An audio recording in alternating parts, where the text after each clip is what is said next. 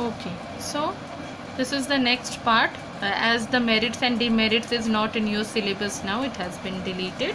So the next part is our expenditure policy. As we have dealt with taxation policy, the next one is our expenditure policy. अब expenditure policy, expenditure word से मतलब हम लोग क्या समझते हैं?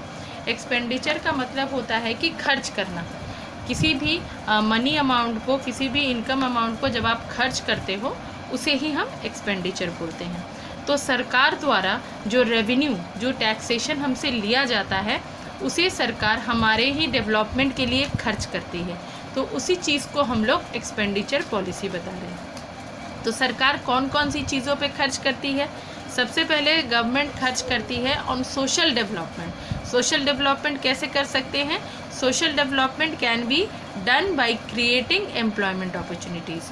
जितना ज़्यादा एम्प्लॉयमेंट अपॉर्चुनिटीज़ हम लोग क्रिएट कर सकते हैं, उतना ही ज़्यादा हम लोग सोसाइटी को डेवलप कर सकते हैं. Okay, so the next one is your अगर हमको एम्प्लॉयमेंट अपॉर्चुनिटीज़ जनरेट करना है तो जाहिर सी बात है कि प्रोडक्शन एक्टिविटीज़ भी जनरेट होगा. प्रोडक्शन एक्टिविटीज़ अगर हम लोग जनरेट करते हैं तो सरकार को ये भी सोचना चाहिए कि वैसे प्रोडक्शन एक्टिविटीज़ को जनरेट करें जैसे एसेंशियल कमोडिटीज़ हुआ, या जिन कमोडिटीज़ के ऊपर मोनोपोली चल रहा है मार्केट में. अगर ऐसे प्रोडक्शन एक्टिविटीज़ को जनरेट करें तो इसमें डेवलपमेंट का पॉलिसी और बेटर, अच्छी तरीके से गवर्नमेंट निभा सकती है. Next is hours expenditures on heavy industries. हमारा जो सरकार के प्रति एक्सपेंडिचर है, सरकार जो एक्सपेंडिचर करती है इंडस्ट्रीज़ के ऊपर, हैवी इंडस्ट्रीज़ के ऊपर, तो ये हमारा सरकार का नेक्स्ट स्टेप है. That is expenditure on heavy industries. Industrialisation भी अगर कर रहे हैं तो हैवी इंडस्ट्रीज़ पे ज़्यादा कंसंट्रेट करें ताकि मेरा जो सोर्स ऑफ एम्प्लॉयमेंट अपॉर्चुनिटीज़ है वो ज़्यादा जनरेट हो पाए. नेक्स्ट है हमारा two lesson the inequalities of income. बहुत सिंपल चीज़ है. अगर हम यहाँ पे एम्प्लॉयमेंट क्रिएट कर ही रहे हैं, एसेंशियल कमोडिटीज़ जनरेट कर ही रहे हैं, तो बट नेचुरल है कि आपका जैसे एसेंशियल कमोडिटीज़ जनरेट होगा, आपका मार्केट में डिमांड बढ़ जाएगा. अगर आपका मार्केट में डिमांड बढ़ जाएगा तो आपको इंडस्ट्रियलाइजेशन करना होगा.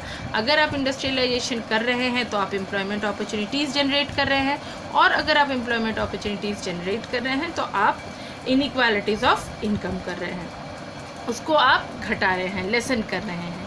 Okay, then we will be coming to the next point. Okay, so the next point is expenditure to encourage the private enterprises. अगर हम सिर्फ सरकारी पब्लिक एंटरप्राइजेस पे कंसंट्रेट करें तो हम उतना सारा डेवलपमेंट नहीं कर सकते हैं. इस वजह से हम लोगों को प्राइवेट इंडस्ट्रीज़ को भी मौका देना चाहिए जिनका मेन मोटिव होता है प्रॉफिट मोटिव, और वो अपने प्रॉफिट मोटिव के तहत इतना ज़्यादा प्रोडक्शन एक्टिविटीज़ या इतना एम्प्लॉयमेंट सोर्सेज जनरेट करेंगे जिससे कि हम लोग अच्छी तरीके से इस इनइक्वालिटी को रिड्यूस कर सकते हैं, सोशल डेवलपमेंट के प्रोसेस को फॉलो कर सकते हैं. लास्ट पॉइंट इज़ योर, अगर हम प्राइवेट इंडस्ट्रीज़ को इन्वॉल्व कर रहे हैं तो जाहिर सी बात है कि हमारा जो रीजनल इम्बैलेंसेस है उसको हम लोग कवर अप कर सकते हैं. क्योंकि प्राइवेट इंडस्ट्रीज़, अगर आप छोटे से एरिया का एग्जांपल ले लो तो छोटे से एरिया में ज़रूरी नहीं है कि आप हैवी इंडस्ट्रीज़ ही सेटअप करो.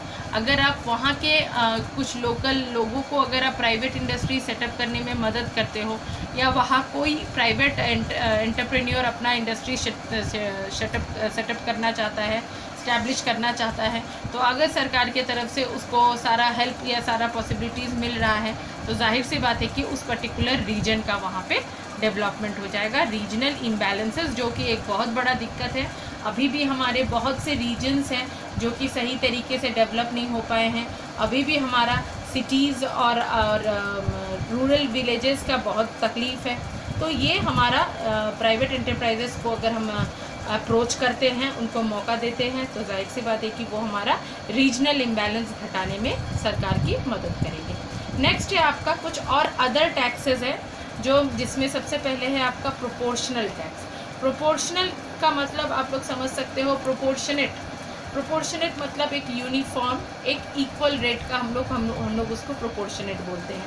तो ये जो प्रोपोर्शनल टैक्स है हमारा, ये सभी इनकम बेस के लिए या सभी टैक्स बेस के लिए हमारा सेम रहता है. तो हम इसको कैलकुलेट कैसे करते हैं? Tax base into tax rate. तो I have taken one example also. तो अगर मेरा टैक्स बेस है 10,000, तो मेरा टैक्स रेट उसमें फिक्स्ड है 5%। तो हम इसको कैलकुलेट करेंगे तो 10,000 into 5 divided by 100, that is 500। उसी प्रकार अगर मेरा टैक्स बेस बढ़ के 15,000 हो जाता है, तब भी मेरा टैक्स रेट 5% ही रहेगा। क्यों? क्योंकि प्रोपोर्शनल टैक्स में मेरा टैक्स रेट इनकम के इंक्रीज या डिक्रीज होने से उस पर कोई असर नहीं होता है, वो फिक्स्ड रहता है। Okay, next one is our progressive tax. Progressive tax rate का मतलब क्या होता है? प्रोग्रेसिव टैक्स रेट में आपका क्या होता है कि जैसे जैसे आपका इनकम इंक्रीज होता है, वैसे वैसे आपका टैक्स रेट भी इंक्रीज होता है। Progress you can easily understand if you want to understand this taxes, you can understand it by the literal sense. आप इसको लिटररी सेंस में अगर समझेंगे तो वो ज़्यादा बेटर होगा। Proportional means proportionate, uniform, equal. Progressive मतलब जितना आप आगे की तरफ बढ़ोगे, आपके साथ आपका पैर भी आगे बढ़ेगा, हाथ भी आगे बढ़ेगा, बॉडी भी आगे बढ़ेगी। तो ये प्रोग्रेसिव का मतलब वही हो गया कि अगर आपका इनकम बढ़ रहा है, यानी आपका टैक्स बेस अगर इंक्रीज हो रहा है, तो ऑटोमेटिकली आपका टैक्स रेट भी इंक्रीज करेगा। तो यहाँ पे एग्जाम्पल पे मैंने लिया हुआ है 10,000 5%, 15,000 10%. So my tax will subsequently also rise, that is 500 to 1,500. So this is an example of progressive tax. My next part is yours, regressive tax. So what is regressive tax? Regressive tax is the tax rate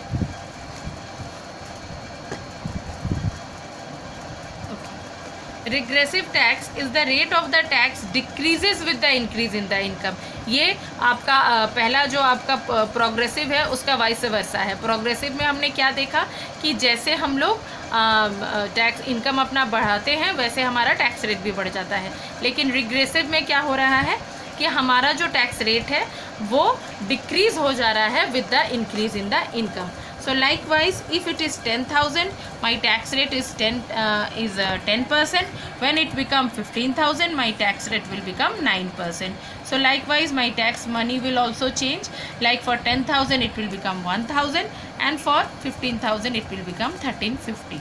And the last one is yours, digressive taxes. That is, here also the tax is decreasing, but the tax is increasing with the increase in income, but up to a certain limit. एक certain limit तक ही वो increase कर सकता है, abnormal increase tax rate नहीं किया जा सकता है. तो यहाँ मैंने example पे समझाने का प्रयास किया है. 10,000 into 5, that is 500. Likewise 15,000, it became 6%. For 20,000, 7%, 25,000 7%. That means आपको ये समझना होगा कि ये जो आपका 7% है, it is fixed. This is the uniform level, this is the maximum level. You can not increase your tax rate. इसके ज़्यादा आप इसको इंक्रीज नहीं कर सकते हो. So this is the example of degressive tax rate. So degressive tax rate is the rate of tax which can be increased up to a certain limit only.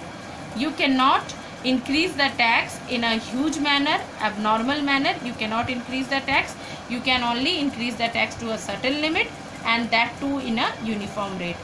So dear students, this chapter is over. So hope you are viewing my channel. So do like, share and subscribe my channel. And in my next video I will be coming with your another chapter. Thanks for watching.